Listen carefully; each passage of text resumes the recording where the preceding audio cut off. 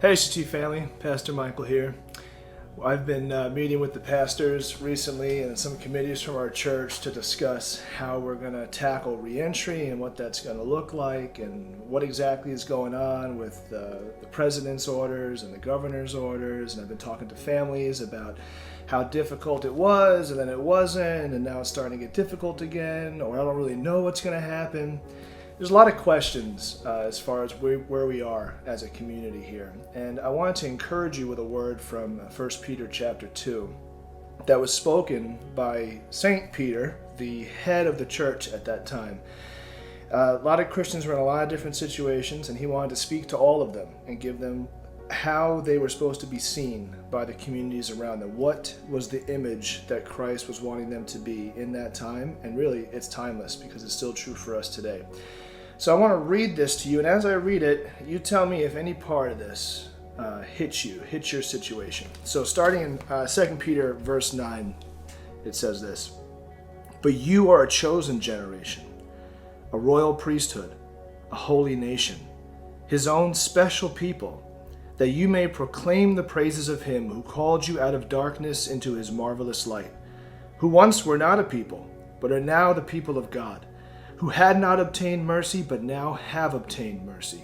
Beloved, I beg you as sojourners and pilgrims, abstain from fleshly lusts which war against the soul, having your conduct honorable among the Gentiles, that when they speak against you as evildoers, they may by your good works which they observe glorify God in the day of visitation. Therefore submit yourselves to every ordinance of man for the Lord's sake, whether to the king as supreme or to governors, as to those who are sent by him for the punishment of evildoers and for the praise of those who do good. For this is the will of God, that by doing good you may put to silence the ignorance of foolish men. As free, yet not using your liberty as a cloak for vice, but as bondservants of God. Honor all people, love the brotherhood, fear God, honor the king. Servants, be submissive to your masters with all fear, not only to the good and gentle, but also to the harsh. For this is commendable, if because of conscience toward God one endures grief, suffering wrongfully. For what credit is it if when you are beaten for your faults you take it patiently?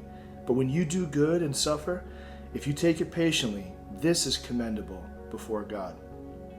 For to this you were called, because Christ also suffered for us, leaving us an example that you should follow in his footsteps." Church, I know it's getting difficult. I know you're getting tired. I know some of you are starting to let things into your house, whether it be through the television or the phone that maybe shouldn't be in there. You're having different conversations with your family. Like, how can we just make this easier? And the Lord's asking you, he's saying, hey, be my people in this time.